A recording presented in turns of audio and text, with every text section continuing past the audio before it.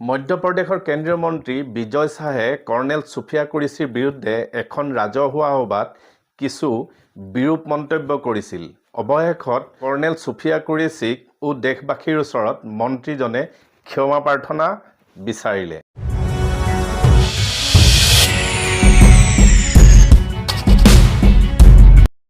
নমস্কাৰ প্ৰিয় দৰ্শক, মধ্যপ্ৰদেশৰ কেন্দ্ৰীয় মন্ত্ৰী বিজয় শাহে ইন্দোৰৰ এখন ৰাজহুৱা সভাত ভাষণ ৰাখিছিল। সুফিয়া কুৰেশ্বীৰ বিৰুদ্ধে কিছু বিৰূপ মন্তব্য, সুফিয়া কুৰেশ্বী উগ্ৰপন্থীৰ ভগ্নী বুলি অপমানসূচক মন্তব্যৰে ভাষণ ৰাখিছিল। मोदी जी समाज के लिए जी रहे, समाज के लिए जान लगा रहे, और जिन्होंने हमारी बेटियों के सिंदूर उजाड़े थे वही कटे पिटे लोगों को हमने उन्हीं की बहन भेज करके उनकी ऐसी की तैसी करवाई। एक बार मोदी जी के लिए जोरदार ताली हो जाए। उन्होंने कपड़ा उतार उतार के हमारे हिंदुओं को मारा और मोदी जी ने उनकी बहन को उनकी ऐसी की तैसी करने हमारे जहाज से उनके घर गए। আৰু ইয়াক লৈ গোটেই দেশৰ মানুহে প্ৰতিবাদ কৰা দেখা গৈছিল। লগতে মধ্যপ্ৰদেশৰ সন্মানীয় হাইকোৰ্টে তেওঁৰ ওপৰত আইনী ব্যৱস্থা ল'বলৈ চৰকাৰক নিৰ্দেশ দিলে। মন্ত্ৰী বিজয় শাহৰ বিৰুদ্ধে দেশদ্ৰোহৰ গোচৰ, কৰ্ণেল সুফিয়া কুৰেশ্বীৰ বিৰুদ্ধে কৰিছিল বিৰূপ মন্তব্য। যিগৰাকী কৰ্ণেলে পাকিস্তানৰ বিৰুদ্ধে ভাৰতে গ্ৰহণ কৰা প্ৰতিটো পদক্ষেপৰ কথা সুফিয়া কুৰেশ্বীয়ে সংবাদ মাধ্যমৰ যোগেদি সমগ্ৰ দেশবাসীক অৱগত কৰিছে। অপাৰেশ্যন সিন্দুৰ ব্যাপক যি অভিযান আছিলে সন্ত্ৰাসবাদীৰ বিৰুদ্ধে, সেয়া কেনেকৈ সম্ভৱ হ'ল সকলোখিনি কথা দেশবাসীক অৱগত কৰিলে।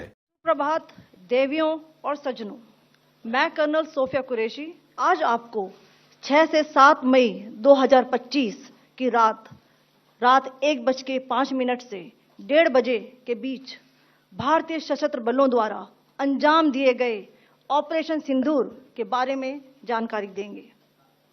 ऑपरेशन सिंदूर 22 अप्रैल को पहलगाम में हुए विभत्स आतंकवादी हमले के शिकार मासूम नागरिकों व उनके परिवारों को न्याय देने के लिए लॉन्च किया गया था। इसका তেনেস্থলত আপোনালোকে চিন্তা কৰক, যিটো সময়ত আমি দেশবাসী ভাৰতীয় সেনাৰ পক্ষে থিয় দিব লাগে। টাইমিটৰ দৰ্শকসকলৰ বাবে এই মুহূৰ্তত লৈ আহিছোঁ এটা গুৰুত্বপূৰ্ণ খবৰ। সেনা বাহিনীৰ পৰিয়ালৰ প্ৰতিগৰাকী সদস্যৰ বাবে পৰিবহণ বিভাগে এতিয়া এক প্ৰকাৰ সন্মান প্ৰদৰ্শন কৰা পৰিলক্ষিত হৈছে।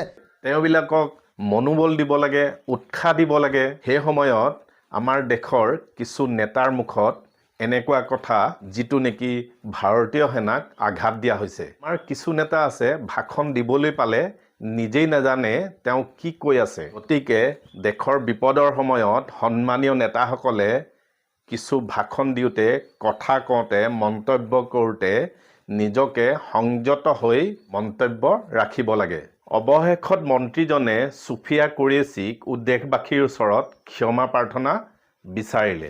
हाल ही में मेरे दिए गए बयान से जो हर समाज की भावना आयत हुई है, उसके लिए मैं दिल से न केवल शर्मिंदा हूं, दुखी हूं, बल्कि माफी चाहता हूं। हमारे देश की वो बहन सोफिया कुरैशी राष्ट्र धर्म निभाते हुए जाति और समाज से ऊपर उठकर उन्होंने जो काम किया है वो हमारी सगी बहन से भी ऊपर सम्मानित हैं। हमारी सेना और हमारे सोफिया बहन की साथी जितने भी जिन्होंने हमारी उन बहनों का बदला लेने के लिए, हिंदुस्तान का मान सम्मान रखने के लिए और हमारे विरोधियों को धूल चटाई है, मैं उनका सम्मान करता हूं।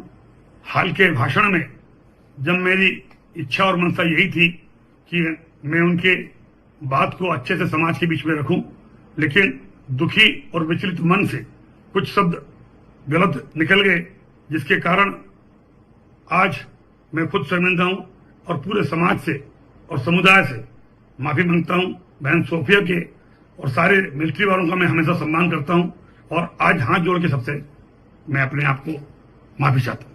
যদিও মধ্যপ্ৰদেশ চৰকাৰে মন্ত্ৰীজনৰ বিৰুদ্ধে BNS 152/169 1 খ আৰু 197 গ ধাৰাত এটা গোচৰ পঞ্জীয়ন কৰিছে। এইখিনি এটা আপোনালোকক গুৰুত্বপূৰ্ণ ইনফৰমেশ্যন দিবলৈ চেষ্টা কৰোঁ। জয় হিন্দ, ভাৰত মাতা কি জয়।